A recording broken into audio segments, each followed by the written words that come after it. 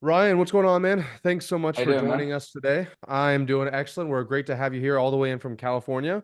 I typically start these case study interviews by just giving some people that have some context that are watching this. Can you describe a little bit about what you do for other people, how you price it, et cetera, et cetera? Yeah, absolutely. Thank you again for having me. I am the founder and owner of Huffman Creative. We are a production company and we produce scalable cinematic content for brands and artists. So our bread and butter is partnering with large brands or entities and helping them produce their content, typically on a higher end scale. My background originally is in producing, working for large agencies and other production companies. That led me into starting my own company, Huffman Creative. And then we do exactly that. So a lot of the bulk of our work is in commercials and high-end advertisements, as well as photo shoots and photography. We've had projects that are, national broadcast spots. Also, have just did a project with Amazon that will be all over Times Square, and then all over LA and San Francisco as well. So we are, yeah, it's simple terms, producing scalable cinematic content, which is one thing I learned from working with you guys of how to appreciate that messaging. I So, was gonna say but I yeah, like the that I was like that's that little catchphrase that we yeah, worked on, huh? That sounds yeah, good. exactly, exactly. Scalable cinematic content. I love it. Yeah. Um, yeah, that's awesome, man. I think it's really cool too, because it sounds like you're a creative person that also transition into like being a business owner, which I feel like a lot of Hmm. people in that world maybe have some difficulty with it, but you were Hmm. able to do it successfully, which is really awesome. And a lot of the people that Yeah. even watch these videos, we've worked with a lot of creative agencies or creative people previously, and I always hear the same thing, which is like, oh, you can't apply systems to my creativity process. You can't apply systems to content creation. In your experience so far, either before you started working with us or after you started working with us, we'll get into that a little bit later. What Hmm. has it been like applying like systems either in the fulfillment process or in the acquisition process to allow you to build something to be able to scale where you guys are at right now? Yeah, no, for sure. I when I first started working, when I found your channel and started working with you guys, that's what a lot of people say. Is that, oh, it will work for us. I've always been a very organized and systematic person. Of even if you're improving efficiencies a small percentage, it can go a very long way.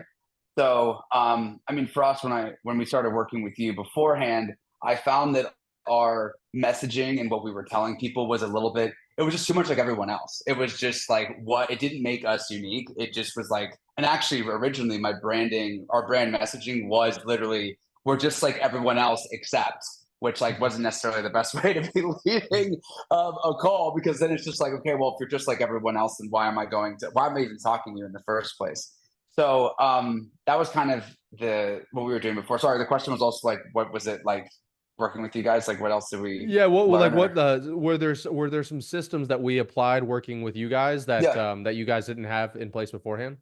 yeah. I think that the biggest thing that helped us is like the nurture sequences for some of our leads. It was a way that we were checking in with people, but at the same time, maybe not as efficiently or as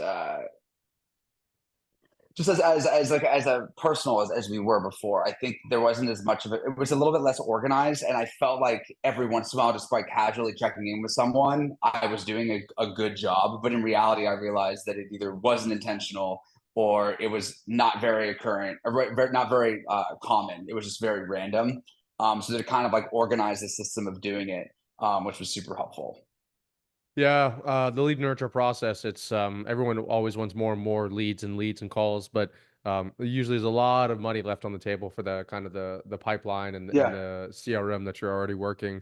You had Mhm. mentioned a second ago, you were like, yeah, when I first found your channel, is that where you originally found scaling systems and like started thinking about working with us? Yeah. So I originally, I've watched a fair amount on YouTube, and I've always been someone that trains myself. And I had landed on your videos a couple times when building out our sales platform, or just our sales process, if you will. I mean, to go back a little bit really quick, like about a year ago, we realized that our sales process wasn't really that much of a sales process at all.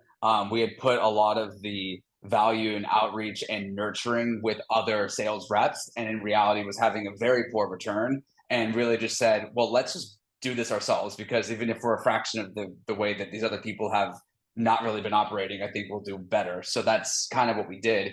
And in doing so, started researching how to improve our own sales processes and kept on landing on your page and found even with your company you're scaling with systems, and that's why I decided to sign up. Of like, I kind of said to my team, look, I understand that it might not be an absolute perfect fit for us, but I do feel like at the very least, even if it increases things by 10 to 20%, like I think it's a win. And it was. So that's kind of how we found things. Yeah, I love that. So you were using an outsourced kind of sales agency previously? Is that the deal? Yeah. Yeah, Okay. well, the way that the industry works with production companies and advertisements with large agencies, you typically have a company and you have a rep in every territory, whether that's the East Coast, Midwest, South, and the West Coast. But then those reps represent you as a company, and they might rep 10 to 15 other companies. So at the Got same it. time, you're kind of getting funneled in. You don't stand out really. It's you just want you're a cog in the machine, and for us, it wasn't really working the way that we wanted to. And we were finding that most of our work was even outside of that system, anyways. So that's why we made our own decisions Very to cool. do our own thing. Yeah. Yeah, I like that a lot. And I like that you guys, and it's funny you brought up the thing like, and for everyone watching this as well, it's funny. I tell so many people this the same thing. It's like, people are like, okay, if I work with you, like, I want to make this money here, this money there, and I'm like, look, yes, we can definitely help you do that, but specifically if you're coming and you already have a decent business, if we're able to take, let's say, bottom line or top line and increase it 15-20%, like within 60 days or 90 days, that's really substantial. Like, oh, if you Hmm. extrapolate that over, but so I love the way that you think. You said it multiple times here. You're like, yeah, Hmm. small percentage points, like 10%, 15% makes a big difference. And I think a lot Hmm. of people are always looking like, okay, I'm at $100,000 a month. I want to be at $1 million a month the next 60 days, or it's bust. But what they realize, I think Alex Ramosi says it, he says there's no silver bullets, only silver BBs. So it's just like little Hmm. things that add up together. Hmm. Which I love that you've talked about. When we Hmm. go a little bit deeper inside of that, when you first started working with us, like what was the sales process the main thing that you came to us for? And then what was the first few like quick wins that you experienced whenever you got onboarded? Yeah, and so just to also kind of describe our business, which is a challenge I think for the people in the creative field, is that it's very relationship focused, and it's rare that you cold outreach someone, you get a lead, and they're like, "I want to buy your service right now." I always use the analogy, if it's like buying a house, like you might find the best person for the job, but they might not have a job right now. Same with someone might not be able to buy a house when you hit them. They might want to buy a house, but they can't do it right there. So it's just kind of like, how do you stay top of mind?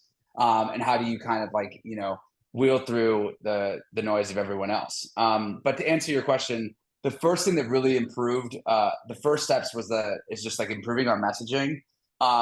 We were saying a lot with a lot of different words, so really simplifying what we do and why we're unique. And that messaging then carried over into our outbound, cold outreach, even into our sales calls, even the way that I was checking in with people that we had worked with over the years, whether they're older customers or as people that we hadn't talked to in a while. And it really kind of gave like the repetition of it and the structure of it gave each meeting and call a little bit more purpose. So it kind of also bled into, sometimes I realized I was getting on a call, and while I was talking to someone for 30 minutes, it maybe didn't really go anywhere. Not that it has to always go somewhere, but I found that like it gave more intention and motivation and awareness of some of the ways that I was expressing the needs that we solve, and also just how to help other clients. Yeah, the clarity around messaging, I think, is like a way under talked about aspect of like working with somebody else, or even if you're able to figure it out yourself, it's just like Mm-hmm. you kind of said it earlier on, like when you said your tagline, and I could almost feel when I asked you what you did, like you were kind of talking about it, and then you kind of like, but if you really simplified it, it was this, right? And that's like Mm-hmm. that getting, ironically enough, it's actually really easy to say a lot of stuff and it's really hard to say just a To few narrow it. things, right? Yeah, to Mm-hmm. narrow down like the messaging to just that one thing. Um, Mm-hmm. and I think like in your industry and what you're doing, it's pretty difficult to do. It's not maybe as easy to say like, oh, we build marketing systems like what I do. It's like a little bit more nuanced. Mm-hmm. So I think it's critical that we're able to kind of figure that out together. And And as far as like your experience working with, we talked about it before we went on here, but just the people Mhm. on our team at Scaling with Systems, a lot of people are afraid. Like, let's say they see great YouTube videos, they speak to a great salesperson, and then they get inside and they're handed off to some VA overseas. Like, what has your been experience working with some of the people on the client success side on our team? Yeah. Yeah. So I mean, the messaging was obviously, I think, the biggest first thing that really made an impact. Beyond that, I've really enjoyed working with people on your team to help redefine some of this the scripting that we were doing. And I will say, like, as a challenge, like again, our industry is very it's unique in the sense that like you can't almost have like a perfect sales script that just like asks the questions and then like it really is how to shape a script in a way that still feels authentic and then also still executes or gets what you need out of the call. So working with your team, it was really cool to get some like really critical feedback of like, yeah, like you asked a question, like your check-in email was like, how are you doing? But then you didn't ask anything else. Like they're going to respond good, and then it's over. So it's like, okay, well, I didn't think about it that way. But you're right. Like, how do you elicit like a more of a response that maybe leads to something else? So getting hands-on knowledge and opinions was really helpful, especially from honestly some a perspective that was completely outside of entertainment. So applying the extreme sales approach that isn't 100% referable to us, but then able to utilize both and then find the common middle ground was super helpful. Yeah, I actually think in my experience, some of our best clients, like even some of my portfolio companies that I have, it's like you take something that works really well in a different industry, and then if you can then apply it to your industry, you'll be one of the first people to do that. So you're doing something novel Mhm. and unique. And so it is nice to get that separate perspective on like, okay, oh, this is how that's what the extreme looks like over there. Let's see how can I mold this over here. Even in one of our portfolio companies when I first launched it, like it was in an industry that's so outdated and so little competition that it felt like what I had to work incredibly hard, let's say in scaling systems for, it was like taking candy from a baby over here. So it's like it's almost Mhm. nice to do a little bit of an overlap between and seeing how other different marketing systems work. Um, Completely. I wanted to also bring home the point of like we've done your messaging. I'm super happy you've loved working with the team, working on the scripting. Is there Mhm. one or two other kind of highlights that you'd say like, yeah, if someone said, what was it like working with scaling systems? You'd say, oh yeah, they also helped me with this or this. Is there anything else you want to bring up? Yeah. Let me see. So the nurture sequence is the messaging, the hands-on. Try to think. I mean, I think just having that ability to have someone to lean on and get that second opinion and also go into our sales process and like how to improve it. There were times when we had them look at our HubSpot or our sequences or our workflows, both of our either outreach programs or even our CRM itself, and just having that really critical eye. I know that was similar to what I said, but it was all encompassing. It wasn't just like one small section of the sales process. It was the entire thing, which I felt was super helpful to have that. Yeah, I think it's also nice. Like we call ourselves like partnership without percentages, like non-equity partners inside of a business. So it's nice when you have us in your pocket for like a Slack channel. And just like if you communicate with the rest of your team in Slack, you can literally just message us and say, hey, what's the deal Mhm. with this or what's the deal with that? And you have like 8 people inside of there that's able to answer your question and help you out. And I think the other thing that we do really well compared to some other people in our industry is we take a really holistic look at the entire marketing system. So like we look at your offer, we'll look at the CRM, we look at the nurture sequences so we can script the outreach messaging, how the sales calls are going, we review the sales calls, et cetera, et cetera. So I'm super happy and I'm really grateful that we were able to have you as a client, you were able to see success and that you agreed to get on this call. But before I Yeah. end with asking people how they can find you, let's say someone's watching this video, they're like you, they watched a few dozen YouTube videos, maybe they're trying to set some stuff on their own, they're kind of piecing it together a little bit. And Mhm. they've heard scaling with systems and they're like, I want to pull the trigger, but I've been burned in the past. What would you say to those Mhm. people?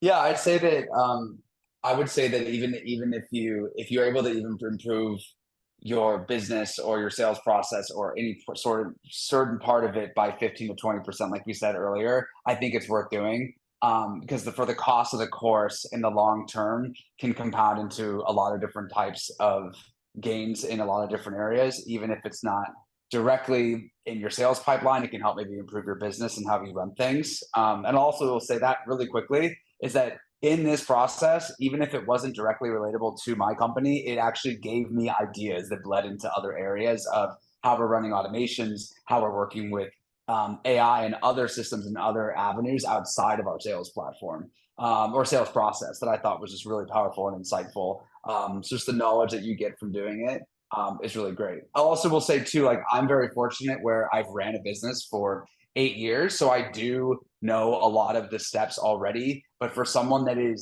hasn't had the opportunities that I have had to run a business and learn the hard way, you can excel pretty quickly early on by learning from a group of professionals like Scalable Systems. So I would highly recommend that Awesome. too.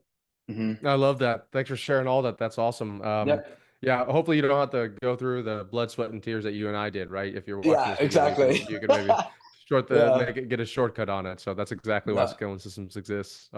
Cool, man. Well, in case people want to follow you online or find some of your stuff at your company, the agency, anything like that, what's the best place people can find you?